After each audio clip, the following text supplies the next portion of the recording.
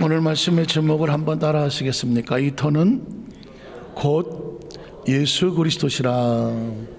이 터는 곧 예수 그리스도시라. 예수 그리스도라. 뭐 같은 말이지만 이 터가 뭐냐? 우리의 터는 바로 예수 그리스도다. 이런 말씀으로 함께 은혜 나누기를 원합니다. 지난 금요철의 예배 때 말씀의 제목은 하나님의 동역자, 기억하시죠? 하나님의 동역자. 참 신기한 것은 거기서 우리가 셰퍼드라는 단어를 썼습니다. 저도 이 말씀을 새롭게 묵상한다는 건 참 신기한 은혜가 있습니다. 뜨문뜨문 벌어져 있던 것이 셰퍼드라고 하는, 일반 센 발음으로 세파트, 셰퍼드라고 하는 이 단어 속에 목자가 있었고, 셰퍼드라는 단어 속에 양치는 개가 있었고, 양치기 개가 있었고, 셰퍼드 속에 다윗의 고백하는 하나님이 계셨고, God is my shepherd. 하나님은 나의 목자다.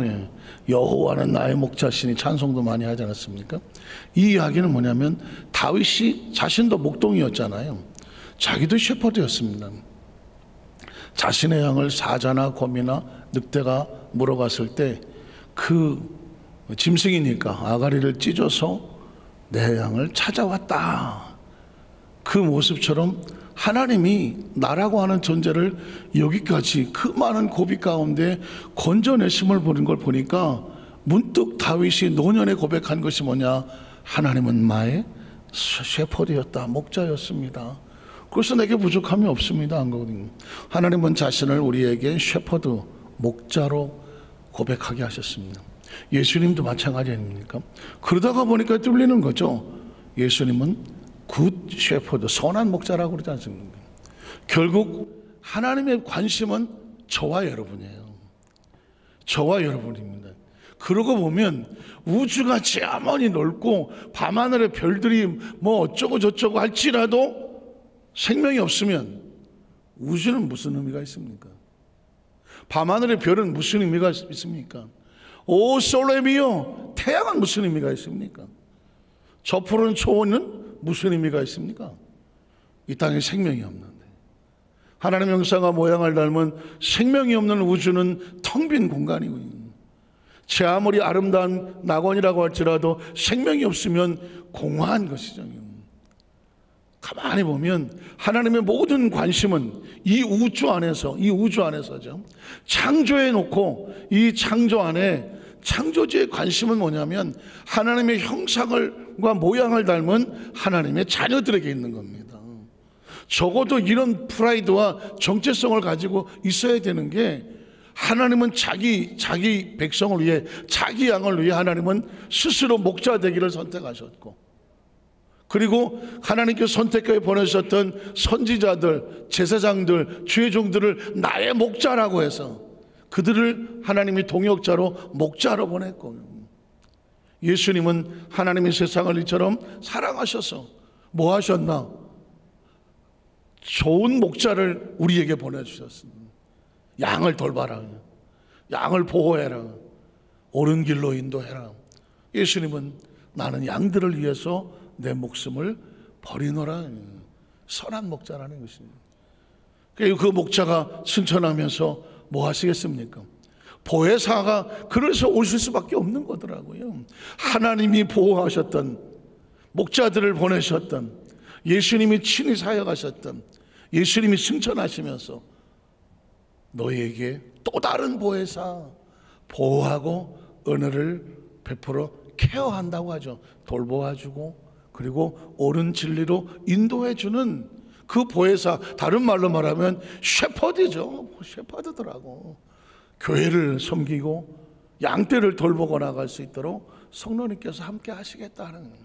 그러니까 하나님의 모든 관심은 하나님 백성들에게 있는 거예요. 저는 우리 에베소 만삭회 성도들이 모두 귀하죠. 철예배 나오신 분들 다 귀합니다. 근데 아까 유아이치부 꼬마들이 날개를 달고 들어오는데, 와, 눈깔이 이만해지더라고요. 그냥 저절로 보게 되더라고요. 야, 보게 되더라고요. 그냥 이러고 들어오는데, 왜 그러지? 온 관심이 그걸로 가더라니까요. 야, 저 친구들이 이따가 뭘 하려고 그랬지? 그러면서 막 기대가 되고 하더라고요. 뒤집어 말하면 하나님이 저와 여러분을 어떤 눈으로 보시겠습니까? 제 눈에는 적어도 하나님의 마음은 자기 백성들이 하나님의 성전에 하나님의 이름 앞에 나와서 예배를 하러 나오는 그 모습이 하나님의 눈에는 저 어린 친구들보다 더 귀하고 앙증맞고 정말 하나님의 가슴이 막 심장이 벌렁벌렁 하지 않겠습니까? 여기 나올 때 여러분 할 일 없는데 절에 예배나 갈까? 거의 없잖아요. 이 자리에 나오기 위해서 여러분이 얼마나 산 넘고 물 건너 넘어오는 겁니까? 끊임없는 이 가로막는 장애물을 띄워놓고 와서 여러분의 자리를 지키는 거 아니겠습니까? 제 눈에 봐도 여러분 한 사람 한 사람 눈에도 제 눈 아래 박혀 있는데 한 분 한 분이 제 눈에 박혀 있다니까요. 그런데 하나님의 눈에는 어떻게 보이겠습니까? 하나님의 가슴에 박혀 있지 않겠습니까? 그분이 그래서 우리에게 목자가 되어 주시고 교회는 바로 하나님 예수 그리스도가 왜 머리가 되고 몸이 되고 하시냐 하는 이유도 양떼를 돌보고 셰퍼드하라는 것이고, 저와 여러분 한 사람 한 사람에게 사명과 직분을 맡겨주셨다면 우리도 다 셰퍼드입니다. 먼저 믿은 자들은 다 셰퍼드들입니다. 다음 세대 또 새로 믿는 이 사람들을 어떻게 돌봐줘라, 보호해라, 말씀으로 잘 양육해서 가르쳐라. 교사 두말할 것도 없이 셰퍼드죠. 어린 친구들을 맡겨주셨으니 그 영혼을 잘 돌봐줘라, 보호해줘라, 잘 가르쳐줘라. 셰퍼드입니다. 지역장, 구역장, 장로님, 안수사님, 권사님, 집사님, 우리 모두는 직분에 상관없이 크리스천들은 다 셰퍼드죠. 왜? 하나님이 셰퍼드였고 나를 돌봐주셨으니 너희가 그 은혜를 가지고 어떻게 해라? 이제 새로운 영혼들을 이제 막 태어난 어린아이처럼 생각하며 그 영혼을 돌보고 보호하고 잘 인도하는 셰퍼드가 되라는 거 아니겠습니까? 자, 그래서 이런 셰퍼드라고 하는 마음을 가지게 되면 하나님도 셰퍼드, 예수님도 셰퍼드, 성령님도 셰퍼드, 교회도 셰퍼드, 성도도 셰퍼드. 그럼 우린 다 하나님의 동역자인 거죠. 하나님 일을 같이 하는 거죠. 한번 따라 하실까요? 우리는 하나님의 동역자들입니다. 하나님의 나라를 잘 세워나가도록 각자 맡은 바 역할을 잘 감당해 나가는 셰퍼드들이거든요. 동역자들입니다. 자, 오늘 본문에는 이 동역자들에게 주는 세 가지 지침이 있는데요. 첫 번째는 뭐냐면 우리가 맡은, 통상 사명자라고 치면 하나님의 동역자들은 우리가 어떻게 하나님의 동역자가 됐느냐? 하나님의 은혜를 따라, 하나님의 은혜를 따라 일하는 것을 명심하라는 것이죠. 입술로 고백하는 건 중요합니다. 한번 따라 하실까요? 사명자는 하나님의 은혜를 따라 일하는 것임을 명심해야 합니다. 우리가 동역자면 그 동역자의 마음 가운데 지침이 있어야 되지 않겠습니까? 내가 감히 하나님과 동역자라고 말하면 내가 이 동역자의 사명을 지는 것은 하나님의 은혜를 입어서 이 사명을 감당하는 거다. 고린도서 3장 10절에 보니까 내게 주신 하나님의 무엇을 따라? 은혜를 따라 그랬습니다. 그러니까 이 사도 바울도 철저하게, 사도 바울의 그 서신 속에 많이 나오는 단어 중에 하나가 은혜이거든요. 나의 나 된 것은 하나님의 은혜. 내가 어쩌다가 그 크리스천들을 잡아다가 감옥에 넣던 나 같은 사람이, 죄인 중에 죄인이고 괴수 중에 괴수 같은 나 같은 사람을 하나님이 어떻게 선택을 하셔서 이 복음의 비밀을 맡기시고 선교하여 교회를 세우며 영혼을 건져내게 하시나? 그건 다 하나님의 은혜다. 그래서 이 은혜를 아는 바울이 그 사명을 맡은 우리에게 똑같이 말하는 것입니다. 우리가 받은, 내게 주신 하나님의 은혜를 따라서 내가 지혜로운 건축자와 같이 터를 닦아 두매. 다른 이가 그 위에 세우나 그러나 각각 어떻게 그 위에 세울까 조심할 것이다. 지난번에 보니까 나는 심었고 아울러는 물을 주었고 자라게 하시는 누구다? 하나님이시다. 근데 사역자들이 또 하나님의 동역자들이 어떤 일을 하든지 간에 조심해야 될 몇 가지가 있습니다. 그 첫 번째는 뭐냐면 누구나 쉽게 범할 수 있는 건데, 어떤 곳에 새롭게 사역을 시작한다, 하나님 일을 시작한다, 뭐 구역을 맡았던, 교사를 맡았던, 뭐 어떤 사명을 맡았던, 또는 뭐 분과위원장을 맡았던, 무슨 뭐 권사회 안수입사회 무슨 뭐 기관의 지역 회장을 맡았든 간에 어떤 일을 딱 같이 맡게 되면 일단 전임자에 대한 이야기를 잘 해줘야 됩니다. 근데 본능적으로 앞에 사람에 대해서 좋은 얘기하고 싶지 않잖아요. 뭐 일을 이렇게 해놨어, 그렇잖아요. 아니 일을 왜 이렇게 해놨지? 그 이야기 속에서는 전임자가 잘 못했기 때문에 내가 이렇게 잘한 거야, 이런 유혹이 생길 수 있습니다.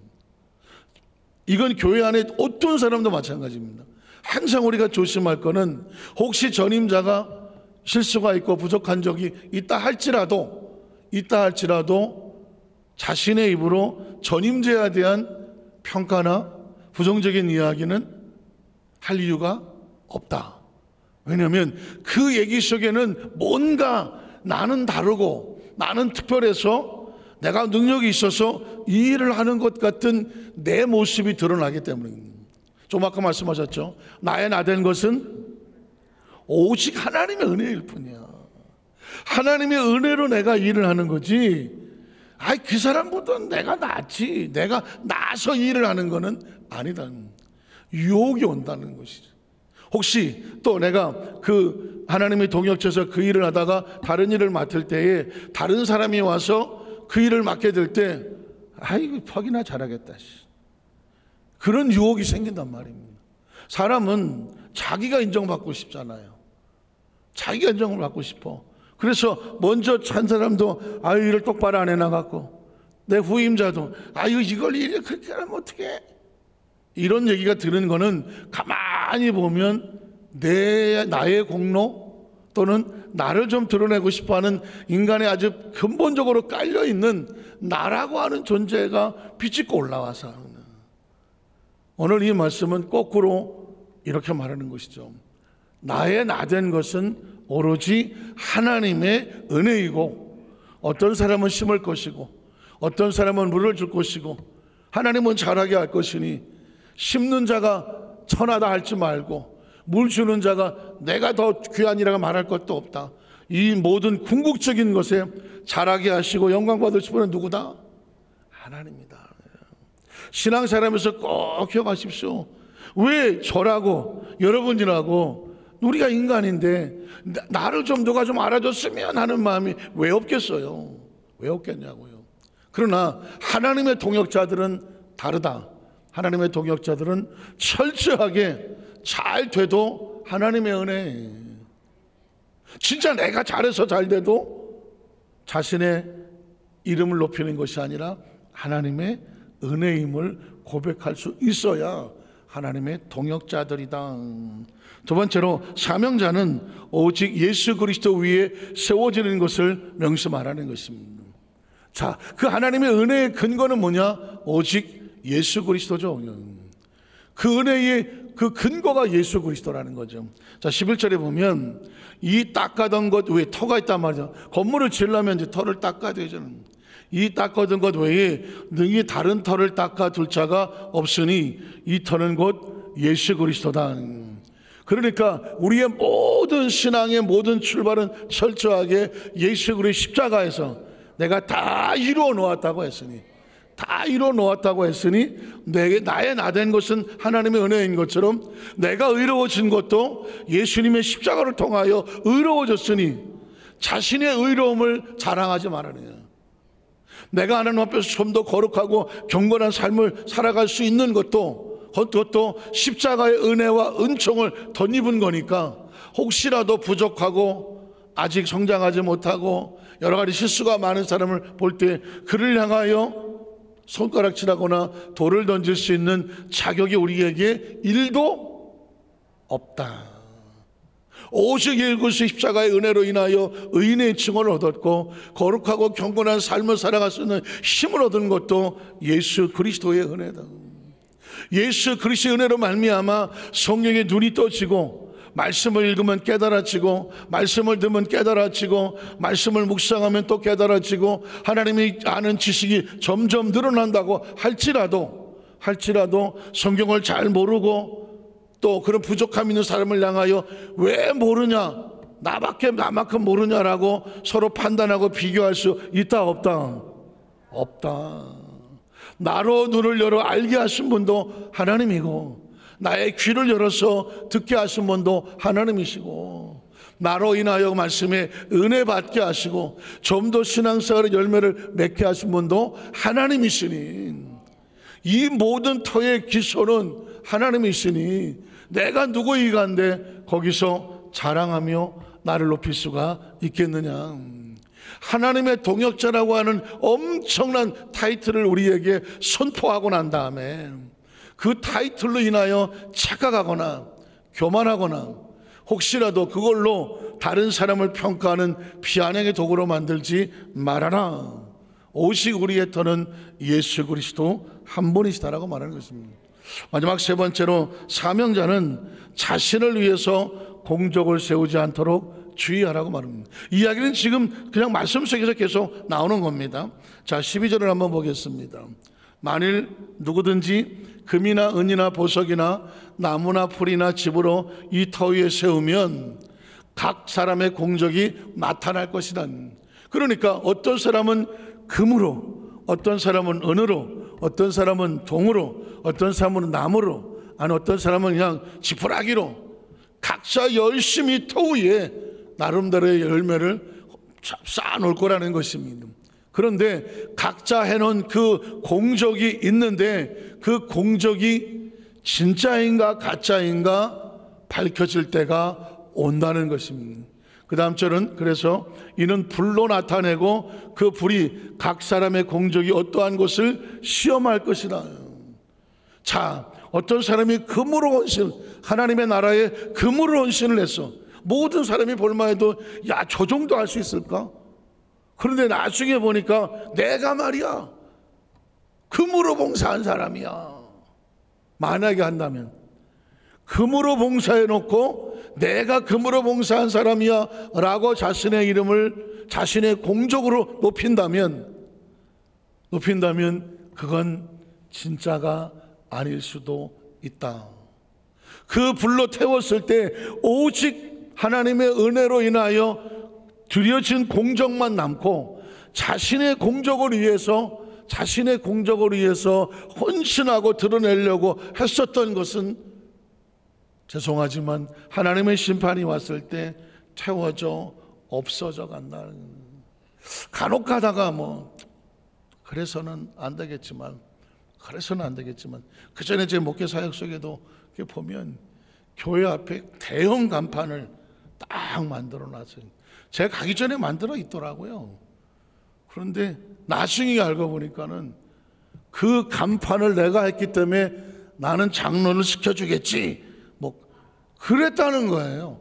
나중에 진짜 안수집사도 아닌데 집사인데 교회 간판을 내가 만들었는데 나 왜 장로 안 시켜주냐고. 결국은 안 되죠. 그 재직심사 과정이 있단 말이죠. 집사님 얼마 후에 안수집사님 있고 안수집사 얼마 후에 또 장로들이 기간이 있단 말이에요. 근데 뭐가 잘못된 거죠? 그러니까 체계적으로 받은 신앙 교육이 아닌 거죠. 그리고 또 누가 또 잘못된 사람이 또 부추겼을 수도 있어요. 자세한 얘기는 좀 가슴 아프지만 어쨌든 제 목회 사역 가운데 충격받았던 것 중에 하나가 뭐냐면 교회 전면에 큰 간판을 하나 세워놓고 서리 집사임에도 불구하고 나를 장로를 왜 안 시켜주느냐 교회에 분란을 일으켰던 사람이 있거든요. 알고 봤더니 그분은 교회의 간판을 단 것을 하나님에 헌신하려고 한 게 아니야. 내가 집사이기 때문에 안수집사를 건너뛰고 장로가 되기 위한 발판으로 간판을 달아놓으신 거예요.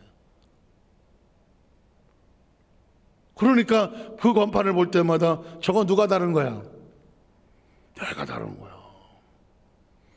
오늘 성경에 보니까 금으로, 하나님의 나라에 금으로 헌신을 했는데 하나님께서 불로 태울 때가 오는데 자신의 공적을 위해서 만에 하나 그걸 했다면 그 금은 녹을 것이다. 하나님은 공적이 어떠한 것인가를 시험할 거라고 말했습니다. 또 그 다음 절에 보면, 그래서 만일 누구든지 그 위에 세운 공적이 그대로 있으면, 공적이 그대로 있다는 얘기는 뭐냐면 그 사람은 오직 하나님의 은혜와 예수 그리스도의 터 위에 하나님의 나라를 위한 헌신이었어. 하나님의 나라를 위한 헌신이지 자신이 어떤 인간적인 조건이나 자랑을 위해서 이름을 세운 자신의 공적이 아닌 거죠. 그랬더니 어떻게? 그 공적이 남아있는 것입니다.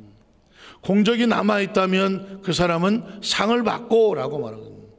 그 다음 절을 보면, 자, 누구든 공적이 불타면, 자, 불이 탔다는 얘기는 뭐예요? 자신의 공적으로 생각했다면 뭐가 될까요?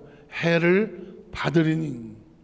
자신은 어떻게 구원을 받을지 모르지만 그건 상급의 문제니까 구원을 받더라도 어떻게 받느냐? 불 가운데서 다 타버리고 타다 남은 몇 가지만 가지고 천국에 들어가는 것 같은 부끄러운 구원과 같은 구원을 받게 간다는 이 이야기는 이 땅의 모든 사명자들과 사역자들과 그리고 우리 모두가 하나님의 동역자들이니까 이왕에 예수 믿고 구원받아서 하나님의 일을 하려고 하면 우리는 세상적인 가치관으로 하나님의 일을 하는 것이 아닙니다. 오직 하나님의 은혜에 감사하여 내 공적을 나타내지 아니하고 하나님께 영광을 돌리고자 하는 순수한 마음으로 헌신할 때, 그게 하나님께서 심판의 불을 내릴 때에 그 공적이 타지 아니하니 타지 아니한 공적은 상급을 받을 것이고, 타버린 공적은 안타깝지만 해를 받게 될 것이다. 그리고 그 사람은 구원을 받을 수 있을지 모르겠으나 마치 불에서 건짐을 받은 것 같은 그런 구원을 받게 될 거다라고 말씀하고 있습니다. 말씀을 정리하기를 원합니다.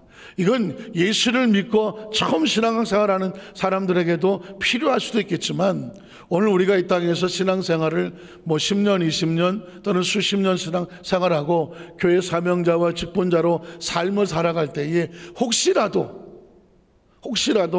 내 마음속에 그래도 내가 이 정도 한 사람 아니야? 내가 그래도 비중 있는 사람 아니야? 내가 그래도 이거 해온 거 아니야? 혹시 나 혼자라면 혹시 모르겠어요. 근데 이게 누군가 입에 건너 자랑이 되고 그것이 자기 어떤 것이 포장이 된다고 하면 신앙생활에 아주 위험한, 오늘 성경 그대로 말하면 그 상급이 있을까? 상급이 있을까? 왜? 불로 타버린 거는 오히려 해가 있다. 타지 않아야 상급이다. 이렇게 말씀했기 때문입니다. 자, 우리에게 신앙 인생은 한 번밖에 기회가 없습니다. 우리는 딱 한 번 살고 마지막에 우리가 해놓은 신앙의 모습에 말씀대로 상급이 있을지 해가 있을지는 성경이 그대로 말하고 있는 것이죠. 그렇기 때문에 저의 말씀하는 이 말씀의 베이스는 뭐냐? 실수하지 말자, 후회하지 말자, 나 다시 한 번만 해볼게요. 나중에 가서 그런 고백은 의미가 없다. 그래서 오늘 저와 여러분에게 때로는 은혜도 필요하고 하나님의 치유와 생명도 필요하지만 기껏 잘해놓고 나중에 갔더니 아무것도 없는, 그렇다고 하면 이것처럼 허망한 신앙생활은 어디 있습니까? 때로는 뜨겁게, 때로는 아주 냉철하게 칼날같이 신앙의 좌우의 밸런스를 잘 맞춰서 하나님을 향한 열정은 뜨겁고 내 삶의 신앙의 베이스는 정확하게 오직 하나님의 나라를 위해서 헌신한다는, 이걸 타협하지 아니하고 온전한 공적이 될 수 있도록 우리의 신앙의 터를 예수 그리스도에 세워놓으시는 우리 모든 성령 되시기를 주님의 이름으로 축원합니다. 기도하겠습니다. 하나님 아버지 감사합니다.